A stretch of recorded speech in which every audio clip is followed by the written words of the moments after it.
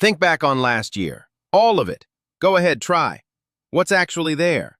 A few holidays, one vacation if you were lucky, a handful of moments you can actually picture. That's it. 12 months of your life, and you've got maybe 20 minutes worth of material. Now think about the summer you were 7. That lasted forever. There were specific smells, specific evenings, specific rainy afternoons that were so boring they somehow became their own event. 3 months that take up more space in your memory than the last 5 years combined. That's weird. That deserves an explanation. Most people figure, sure, everything was new back then, of course it stuck. And that's true. But that's just the surface. Because underneath it is a mechanism that right now, while you're listening to this, is deciding whether this moment gets stored in your memory or disappears forever. And you have no idea it's happening. And you have almost no say in it. David Eagleman is a neuroscientist at Baylor College of Medicine, and he has spent his entire career on one question. How does the brain experience time? Not how time works, that's physics. How it feels from the inside. In 2011, he published findings in the journal Neuron that reframe everything you thought you knew about memory and about years. For your brain, time isn't seconds. Time is the amount of new. Think of your brain as a GPS. When you're a kid, it has 0 maps. None. Every room is a new route. Every person is an uncharted location. Every word is a pin dropped somewhere that didn't exist on the map a second ago. The GPS is running at full capacity, writing everything, logging every turn. It's slow. It's expensive in terms of energy. And that's exactly why it feels so long. One day at age 6 is like your first day in a city you've never been to.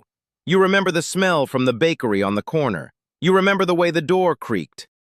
You remember the color of the sky, because all of it mattered. The GPS needed a map. One day at 40 is a route you've driven 1,000 times. The GPS goes quiet. Path is known. And you arrive, with no memory of the drive. Here's the actual machinery. Deep inside your brain, there's a structure called the hippocampus. Its job is to decide what gets moved into long-term memory and what gets thrown out. And it has one very clear filter. Is this new? If yes, recording starts. Neural pathways get laid down. The moment stays. If no, the signal travels an existing route and vanishes. No trace. Literally gone. Your commute isn't being recorded. Your standard breakfast isn't being recorded.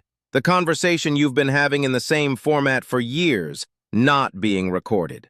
Your brain already knows how it ends. It doesn't spend the resources. And here's the uncomfortable math.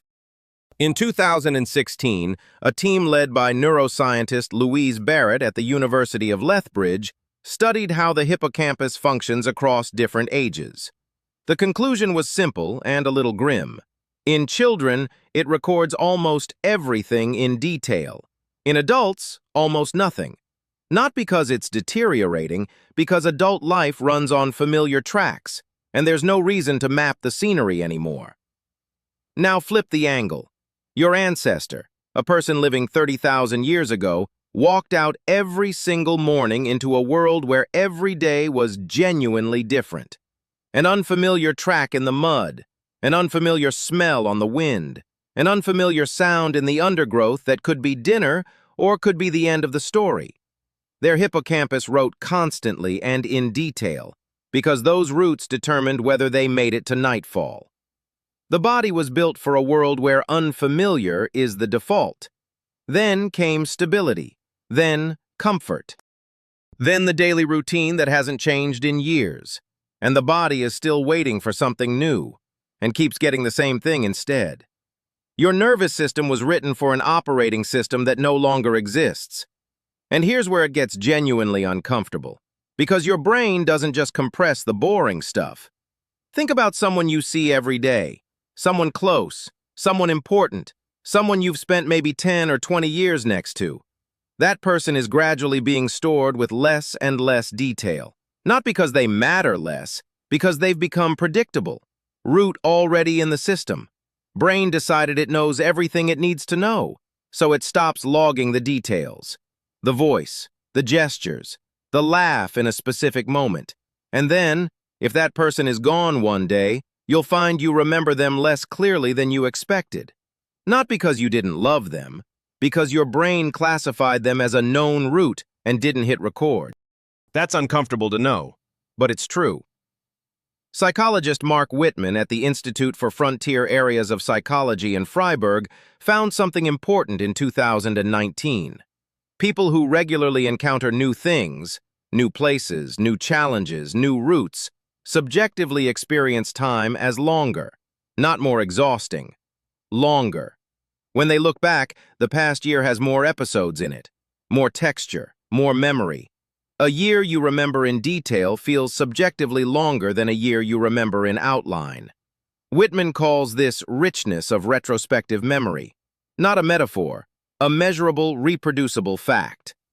Back in 1890, William James, the man considered the father of American psychology, wrote that for a 5-year-old, 1 year is a fifth of their entire life, and for a 50-year-old, 1/50th. So of course it feels shorter. Mathematically, he was right, but he didn't know about the hippocampus, didn't know about the roots, didn't know that it's not just about proportion, it's about how much the brain decided to record in the first place. Because time lived and time recorded are not the same thing. And the gap between them gets wider every year.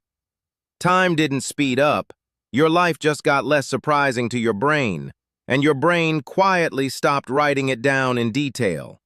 You're 7. First day somewhere new. The brain logs everything. The smell, the light, the creak of an unfamiliar door, the temperature of the air.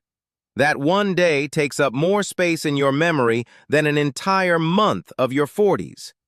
You're 40, ordinary Tuesday. Brain records almost nothing. Between them, not time. Between them, the number of new routes. The year passed. You look back and find a few frames. The brain decided that was enough. Thank you for watching. Stay tuned. We're already working on a new and exciting video for you.